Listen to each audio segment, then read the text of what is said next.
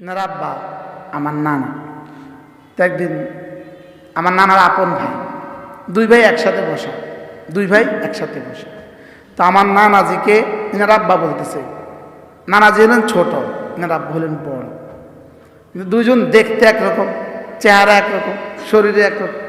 তো নানাজি বলতেছে, এনার আব্বা নানা বলতেছে আমার নানাকে, তোমার তো নাতি নাতনিরা হাফেজ আলেম, তোমার লাগে কতজন দোয়া করবে, আমার তো হাফেজ আলেম নেই, আমার লাগে কে দোয়া করবে?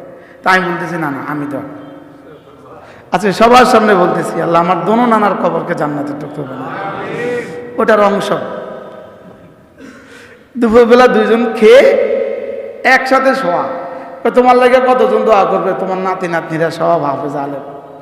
আমি বলেছি না না আমি দোয়া করবো, আল্লাহ নানার কবরকে জান্নাতে ঢুকতে হবে।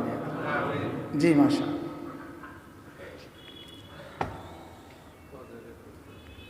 আল্লাহ তাআলা ফজরের কসম খেয়েছেন। কিসের কসম খেয়েছেন বলেন? ফজরের কসম খেয়েছেন। মেহমানকে আসসালাম।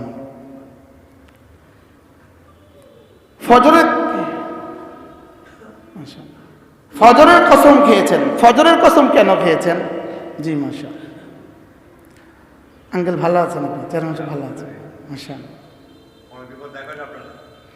ফোনে অনেক কথা হয়েছে, আমরা হজে গেছি একবার একসাথে, অনেক আগে, মনে আছে? হ্যাঁ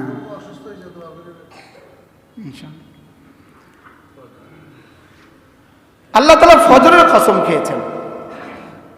এজন্য ফজরের নামাজ হলো সবচেয়ে দামি নামাজ, আর ফজরের পুরস্কার হলো সবচেয়ে বেশি। রাসূল করিম সাল্লাল্লাহু তাআলা আলাইহি ওয়াসাল্লাম ইরশাদ করেন, রাকাআতা সালাতিল ফজর, ফজরের 2 রাকাত নামাজ খায়রুম মিনাদ দুনিয়া ওয়া মা ফিহা, দুনিয়ার মধ্যে যা আছে তার চেয়েও দামি। আচ্ছা ফজরের 2 রাকাত নামাজ দুনিয়ার মধ্যে যা আছে তার চেয়েও দামি। চিন্তা করুন, যদি ফজরের 2 রাকাত নামাজ 1 বছর লাগাতার পড়লে লক্ষ্মীপুর শহরে একটা দোকান দিত আপনাকে, আপনি কয় বছর পড়তেন?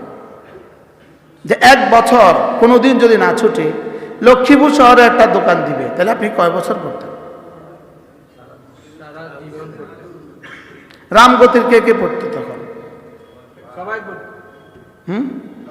আবার রামগঞ্জরা মাইন্ড করবো, রামগঞ্জের কে পড়তো? কি ওই যে রামগঞ্জের বড় ব্যবসায়ী মাশা, এটা লক্ষ্মীপুর জেলার সবচেয়ে বড় ব্যবসায়ী মাশা, বুঝেছে? দেখ প্রত্যেক জুমায় এখানে চলে আসে মাশা। একটু আগে দেখি একদম ভোলা থেকে আসছে।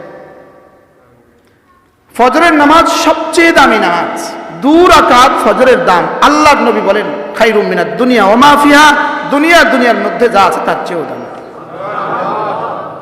রাকাতা সালাতিল ফজর খায়রুম মিনাদ দুনিয়া ওয়া মা ফিহা, আল্লাহর নবী বলেন ফজরের 2 রাকাত নামাজ দুনিয়ার মধ্যে যা আছে তার চেয়েও দামি। দুনিয়ার মধ্যে যা আছে তার চেয়েও দামি। এর অর্থ কি? প্রথম তরজমা হলো সারা পৃথিবীতে যত সম্পদ ছিল, সারা পৃথিবীতে যত সম্পদ আছে, সারা পৃথিবীতে যত সম্পদ আসবে সবগুলোর চেয়েও দামি।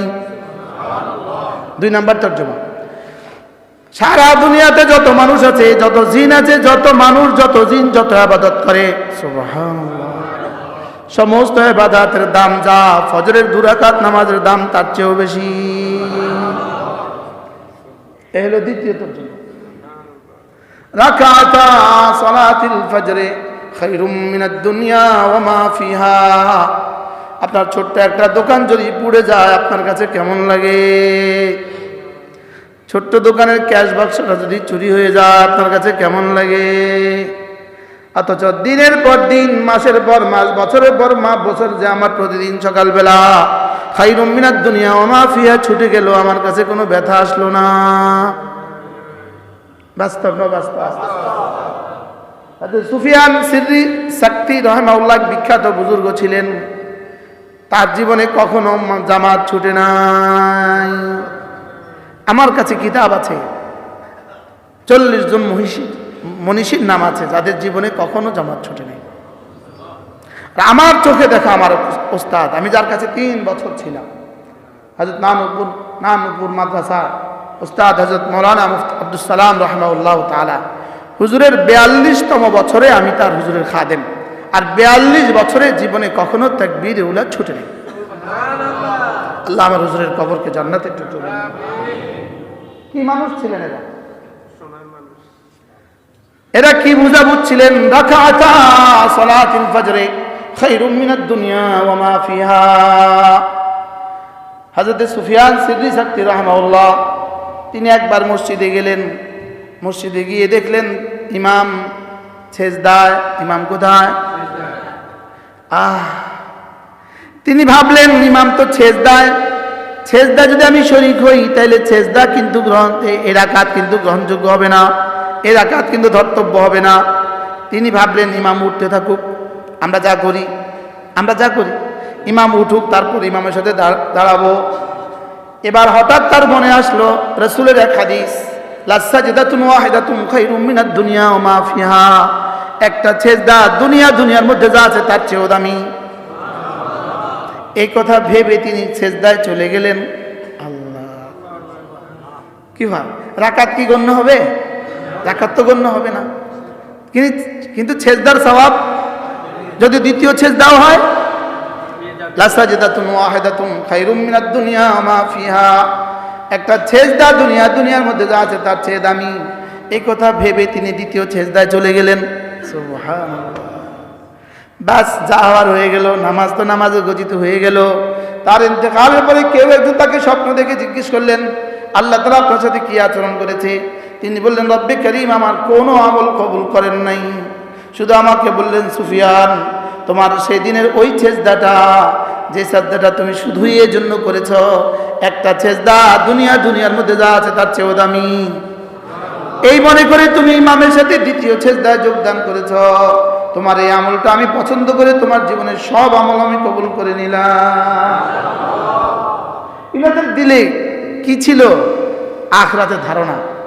লাসাজদাতুন ওয়াহিদাতুন খায়রুম মিনাদ দুনিয়া। আখিরাতের ধারণা, ইয়াকিন কি ছিল বলেন? যেমন জুমায় প্রথমে আসলে একটা গরু সাদাকার সওয়াব, একটা ওট কোরবানির সওয়াব, এটা আপনার দিলে তো এটা নাই, আমার দিলে তো এটা আসে না। আমি তো ভাবি আরো পরে যাব, সকলেই ভাবতে থাকি আরো পরে যাব। লেকিন সাহাবা বলেন, নাহনু নাবতাকিরু ইলাল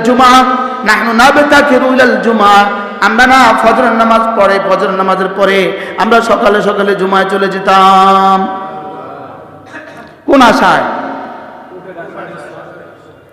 একটা ওট কোরবানি, বছরে 52টা ওট কোরবানি, 50 বছরে কত, 70 বছরে কত, কি হয়? ওয়াল ফজরে, এরপরে আল্লাহর নবী বলেন, মান সাল্লা সালাতাল ফজরি ফাহুয়া ফি জিম্মাতিল্লাহ। ফজরের নামাজ যে পড়লো আল্লাহর জিম্মাদারিতে ঢুকে গেল। আল্লাহর জিম্মাদারিতে যে ঢুকে যায় তার আর টেনশন কি? ওসি সাহেবের জিম্মায় ঢুকে গেলে চোরা বেঁচে যায়, এসপির জিম্মায় ঢুকে গেলে বেঁচে যায়।